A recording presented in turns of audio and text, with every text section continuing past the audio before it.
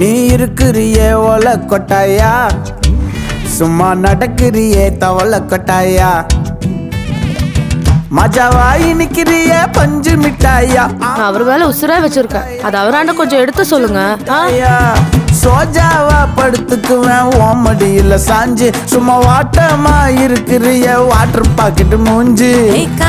நீ ஏன் எப்ப பாரு மொட்டை தலையாவே இருக்க? ஸ்டைல் என் மனசு ஒசுப்புறியே நீ மீன போல ஆஞ்சி.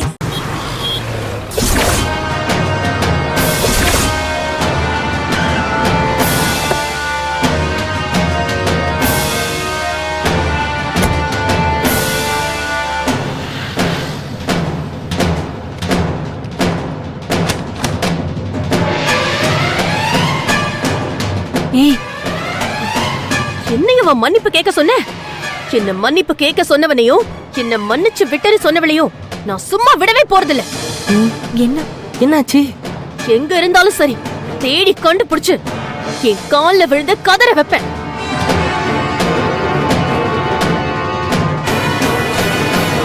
என்னாச்சு தியா? எதுக்கு இவ்ளோ டென்ஷனா இருக்க?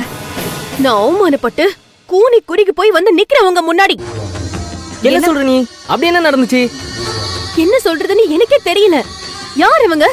எதுக்காக ஏன் வழியில குறுக்க வரணும்? உன் வழியில குறுக்க வந்தாங்களா? ஏ தியா, கோவப்படாம என்ன நடந்துச்சுன்னு முதல்ல சொல்லு. நான் ஷாப்பிங் முடிச்சிட்டு கார் எடுத்துட்டு வர்றப்போ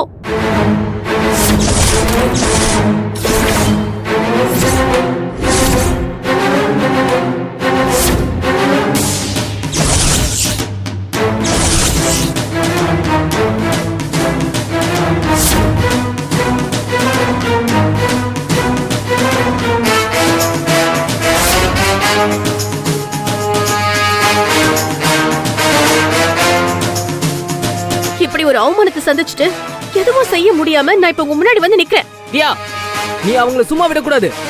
அவங்களுக்கு நாம யாருன்னு காட்டணும். சொல்லுதியா, அந்த பையனும் பொண்ணும் யாருன்ற டீடைல்ஸ் எனக்கு இப்ப வேணும். நான் பர்ச்சேசிங் பண்ணிட்டு வெளியில வர்றப்பதான் அவங்க என்கிட்ட பிரச்சனை பண்ணாங்க. அந்த ஷாப்பிங் மால்ல இருக்கிற சிசிடிவி ஃபுட்டேஜ்ல அவங்க கண்டிப்பா இருப்பாங்க. அந்த ஃபுட்டேஜ் நீ கலெக்ட் பண்ண. அவங்க யாரு, எங்க இருக்காங்க, என்ன செய்றாங்கன்னு உடனே கண்டுபிடி. அவங்க 2 பேரும் என் காலடியில விழுந்து கதறி என்ன மன்னிச்சிடுங்கன்னு கேக்குற வரைக்கும் நான் அவங்கள சும்மா விட போறதே இல்ல. தியா, என்கிட்ட சொல்லிட்டல்ல, அத நான் கிளியரா முடிச்சிடுறேன். இவன் கிட்ட சொல்லி இவ எந்த விளையாவது உருப்படியா முடிச்சிருக்கானா? அவன் கிட்ட போய் சொல்லி அனுப்புற. சரி விடுதியா, இதுக்கெல்லாம் நீ இவ்ளோ டென்ஷன் ஆகலாமா? நாம போற பாதையில கல்லு முள்ளு பள்ளம் மேடுன்னு எல்லாம் இருக்கதா செய்யும். அதையெல்லாம் தாண்டி நாம தான் பார்த்து போகணும். அதுக்காக போற பாதைய குறை சொல்லக்கூடாது. பாதைய மாத்தி போனா போக வேண்டிய இடத்துக்கு போக முடியாம போயிடும். அதே மாதிரிதான் நம்ம வாழ்க்கையிலையும் சில மனிதர்களால பிரச்சனை வரதா செய்யும். கண்டிக்க முடிஞ்சா கண்டிக்கணும், தண்டிக்க முடிஞ்சா தண்டிக்கணும். முடியலையா கண்டுக்காம விட்டுட்டு போயிட்டே இருக்கணும். இதையெல்லாம் மனசுக்குள்ள போட்டுக்கிட்டு அழுத்தக்கூடாது. இந்த பிரச்சனையெல்லாம் லூசுல விடு. நமக்கு நிறைய வேலை இருக்கு. அம்மா, இது சாதாரணமால என்னால விட முடியாது, புரிஞ்சுக்கோங்க. அந்த அளவுக்கு நான் அவமானப்பட்டு வந்து நிக்கிறேன். சரி விடு. அவங்க யாரு என்னன்னு கண்டுபிடிச்சு உன்கிட்ட மன்னிப்பு கேட்க வைக்கணும், அவ்வளவுதானே? அத நான் பாத்துக்கிறேன். Cool cool.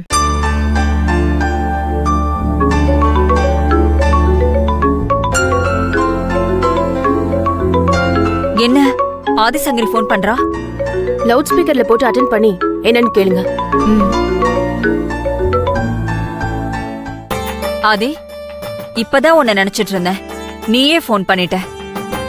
என்ன திடீர்னு கால் பண்ணிருக்க? என்ன விஷயம்? எல்லாம் நல்ல விஷயம் தான் ஐஸ்வர்யா. ஓ, நல்ல விஷயம்னு சொல்ற, என்னன்னு சொல்லு, கேட்டு நானும் சந்தோஷப்பட்டுக்கிறேன். இது ரொம்ப ரொம்ப இம்பார்ட்டன்டான விஷயம்.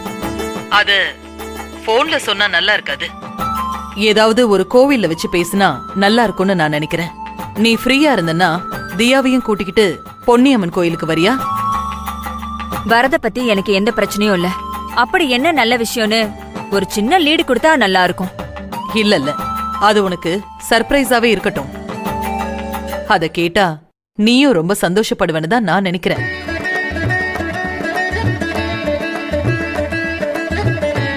நீ வாயேன், நேர்ல பேசிக்கலாம். ஷூர் ஆதி, நாம நேர்லயே பேசிக்கலாம். நாங்க உடனே கிளம்பி வரோம், நீங்களும் வந்துருங்க. நாங்க ரெடியா தான் இருக்கோம்.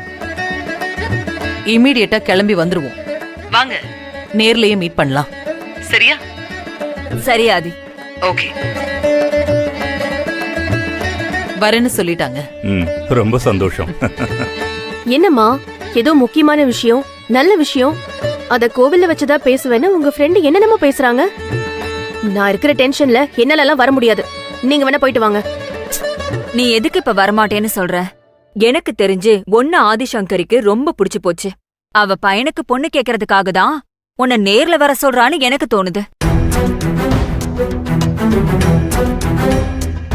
அவங்களுக்கு பிடிச்சா போதுமா? எனக்கு பிடிக்க வேண்டாமா? ஆதிசங்கரி நம்மள விட பணத்திலையும் செல்வாக்குலையும் மேல இருக்கா. அவ வீட்டுக்கு மருமகளா போறதுக்கு நீ தான் கொடுத்து வச்சிருக்கணும். இப்ப அவ பிசினஸ்ல நம்பர் 1 இடத்துல இருக்கா. நம்ம ஆரம்பிக்க போற புது பிசினஸ்க்கு அவ மிகப்பெரிய சப்போர்ட்டா இருக்க வாய்ப்பு இருக்கு. இதை விட நல்ல இடம் உனக்கு கிடைக்கும்னு எனக்கு தோணல.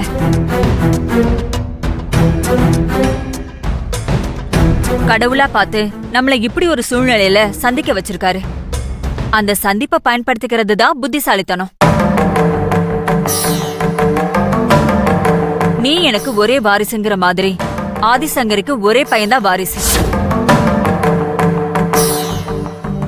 எனக்கு அந்த வீட்ல சம்மந்தம் வச்சுக்க விருப்பம் இருக்கு. நீயும் சம்மதிச்சா உன் எதிர்காலம் இன்னும் நல்லா இருக்கும். முதல்ல என்ன பார்த்ததும் ஆதிசங்கரிக்கு எப்படி என்ன பிடிச்சதோ அந்த மாதிரி எனக்கும் அவங்கள ரொம்ப பிடிச்சது. எங்க 2 பேருக்கும் ஒருத்தர் பிடிச்ச மாதிரி அவங்க பையனை எனக்கு பிடிக்க வேண்டாமா? போய் பாப்போம், பேசுவோம். பிடிச்சிருந்தா கல்யாணம் பண்ணிக்கிறேன். ஓகேவா? ஓகே தியா, சரி. அவங்க வீட்ல இருந்து கிளம்பிருப்பாங்க. நாமளும் கோயிலுக்கு போய் என்ன ஏதுன்னு பேசிட்டு வந்துடலாம். சீக்கிரம் கிளம்பு. நான் ரெடிதாமா, அப்படியே கிளம்ப வேண்டியதுதான். நாம ஒண்ணு பார்ட்டிக்கு போகல, கோயிலுக்கு போறோம். அங்க இந்த மாதிரி ட்ரெஸ்ஸோட போனா நல்லா இருக்காது. நீ போய் வேற நல்ல ட்ரெஸ் மாத்திட்டு வா. ஓகே, தமிழ்நாட்டோட கலாச்சாரத்துல இப்ப எப்படி வந்து உங்க முன்னாடி நிக்கிறேன்னு பாருங்க.